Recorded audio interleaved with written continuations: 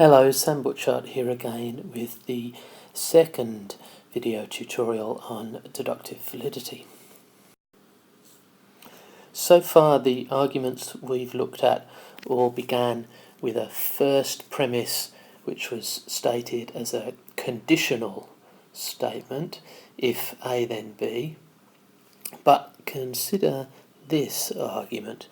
Anyone who lives in Melbourne lives in Victoria. Joe does not live in Victoria, therefore Joe does not live in Melbourne. This is fairly obviously a deductively valid argument, and it's very similar to an argument that we saw before, but notice that it does not have an if-then statement as the first premise. Nonetheless, that first premise does mean the same thing as an if-then statement. Here it is again. Anyone who lives in Melbourne lives in Victoria means the same thing as this. If someone lives in Melbourne, then they live in Victoria. So we do have an if-then statement as the first premise, although this is now a general statement rather than a specific statement about Joe, for example. It says that anyone who lives in Melbourne lives in Victoria. And now our second premise says that a particular individual, Joe, does not live in Victoria, and we conclude that Joe does not live in Melbourne. So the pattern of argument is this. If A then B, or all A are B, if someone lives in Melbourne, then they live in Victoria, and some particular individual, X, is not B, Joe does not live in Victoria, therefore that individual X is not A, Joe does not live in Melbourne. And this form of argument is valid if the premise is true. If all A are B and some particular thing is not B, well then it can't be A. Again, you can see that from this kind of diagram. Here are the A's, and all of them are B. That represents the first premise again, all A are B, or if something is A, then it's B. And if X is not B, not one of the B's, well, it can't be one of the A's either, which is what the conclusion says. So this is a valid form of argument, and it is in fact just modus tollens again, just a slightly generalized form of modus tollens.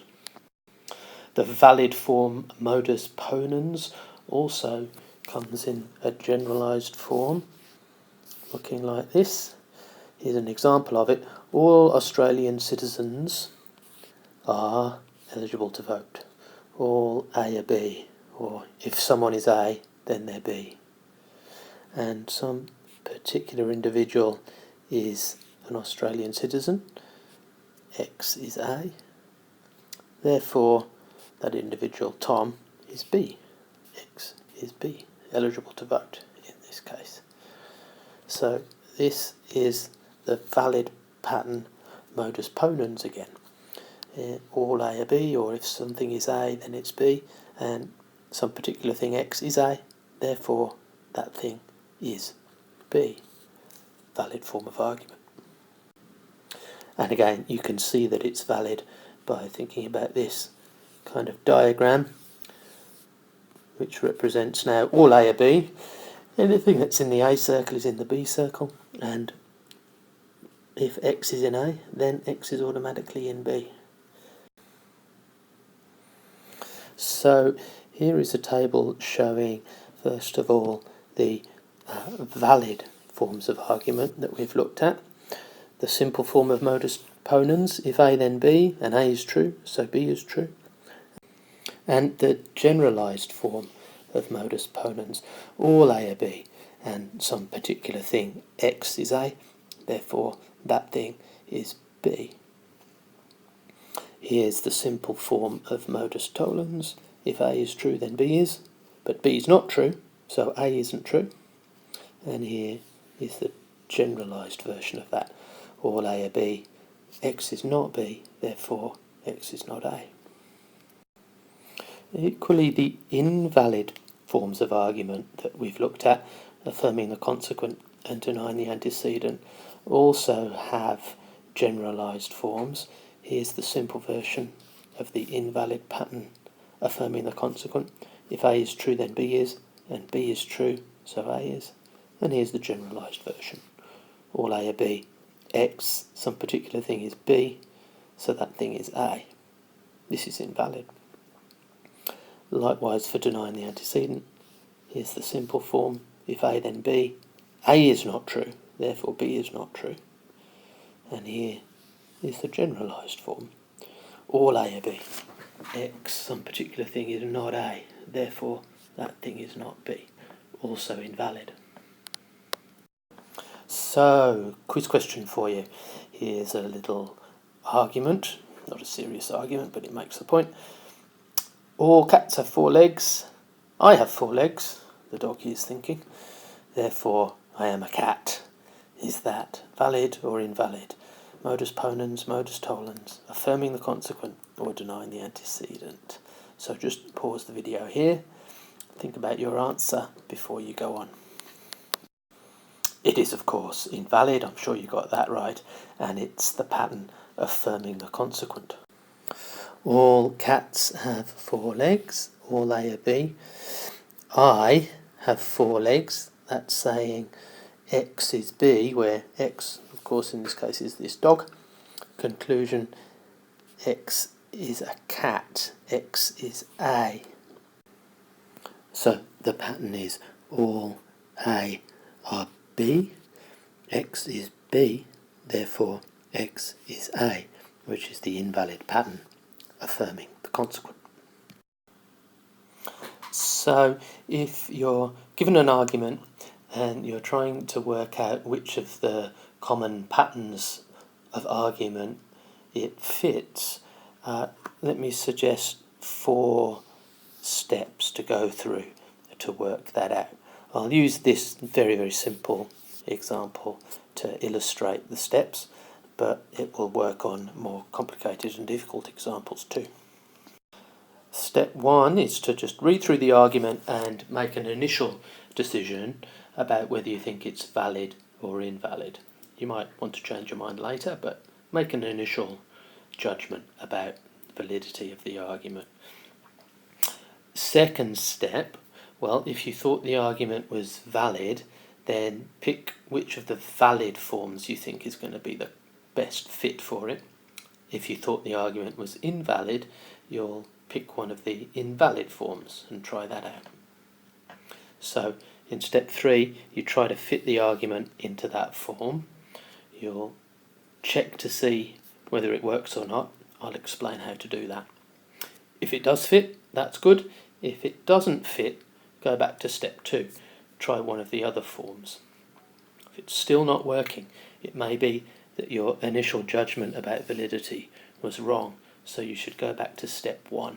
And if you initially thought it was valid, but it's not fitting any of the valid forms, then maybe after all the argument's invalid. See if you can get it to fit one of the invalid forms. Equally, if you initially thought the argument was invalid, but it's not fitting any of the invalid forms of argument, have another think about it and try to see if it will fit any of the valid forms of argument. So let's work through those steps using this simple argument. You'll see I've changed it slightly so that it says my dog instead of I. That's just to make things a bit simpler. So step 1, read the argument and decide whether you think it's valid or invalid. So I look at this argument and I think, that looks pretty invalid to me. I might change my mind about that later, but for now I've made an initial judgment and I'm going to see if I can get it to fit one of the invalid forms of argument. So step 2, pick the valid or invalid form of argument you think best fits. Well, I thought this was invalid, so I'm going to pick one of the invalid forms. It's going to be either affirming the consequent or denying the antecedent. Let's begin by trying denying the antecedent. this won't work. This isn't denying the antecedent, it's actually affirming the consequent, as we saw before, but we'll see how the steps that I'm outlining will help you get the right answer. So I start by trying to fit the argument I've got to the form denying the antecedent. Here's the generalised form of denying the antecedent. All A are B, X is not A, therefore X is not B. Well, my first premise says all cats have 4 legs. If I'm representing that as all A are B, then A is going to be cats, and B is have 4 legs. X is going to be my dog. So I have all A are B, my dog is not A, therefore my dog is not B. Okay, I've tried to fit it into that form. Now I'm going to check that it works. How do I do that? So here's how you check it. According to this, the first premise is all A are B. A is cats and B is having 4 legs. So this should mean all cats have 4 legs. If A is cats and B is having 4 legs. And then we check that that is what the first premise actually says. And it is. It does say all cats have 4 legs. But now let's look at the second premise. We have here X is not A. Well, X is my dog and A is cats. So X is not A should mean my dog X is not a cat. So then I check whether that's what the second premise says. But it isn't. The second premise does not say my dog is not a cat.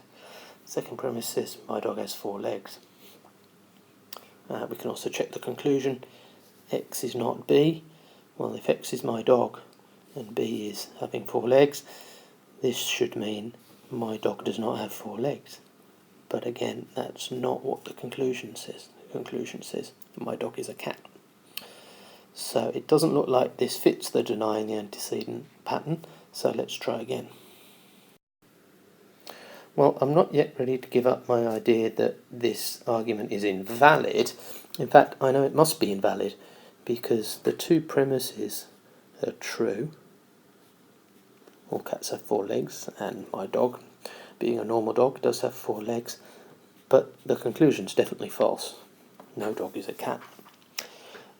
So no valid argument can have true premises and a false conclusion. That's just from the definition of deductive validity. A deductively valid argument is one where if the premises are both true, the conclusion must be true.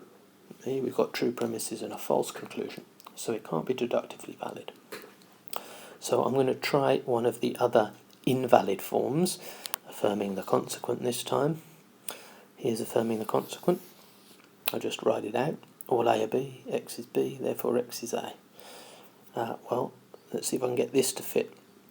All A are B, all cats have 4 legs. Again, I'm going to pick A, cats, B having 4 legs. And now let's check that that works. The first premise here says all A are B, which means all cats have 4 legs. And again, that gets the first premise right. Now, the second premise says X is B. Well, that should mean X, my dog, is B, a creature with 4 legs. My dog has 4 legs. Is that what the second premise says? Yes, it is. That's exactly what the second premise says. And now we look at this conclusion. X is A. Again, X is my dog. A is cats. So this should mean my dog is a cat. Is that what the conclusion says? Yes, it is. It says my dog is a cat. So this argument we've now shown does fit this pattern, affirming the consequent. So here are those steps again. First, read the argument and make an initial decision about whether you think it's valid or invalid. You might change your mind later, but make an initial decision. Then pick the valid or invalid form you think is going to best fit the argument and try to fit the argument to that form. Then, and this is the crucial step, check that it works in the way that I explained. If it does work, that's fine. If it doesn't work, go back to step 2, pick a different form, try again.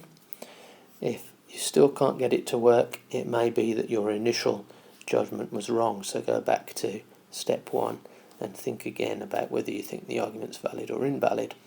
If you initially thought it was invalid, try now to see if you can get it to fit one of the valid forms of argument. If you initially thought it was valid and that's not working out, try to fit it to one of the invalid forms, see if that works. Just a final comment. In this tutorial I've focused on just 4 of the common patterns of argument, 2 valid ones, modus ponens and modus tollens, and 2 invalid ones, affirming the consequent and denying the antecedent. By the way, you do not have to memorise those names for purposes of assessment or exams. It's just useful to have something to call them. What I wanted to add is that I haven't discussed here 2 other common valid patterns of argument, disjunctive syllogism and hypothetical syllogism. You may come across those patterns of argument when doing exercises or assessments. I'll refer you to the study guide and the lectures on this topic to remind yourself what those patterns of argument look like.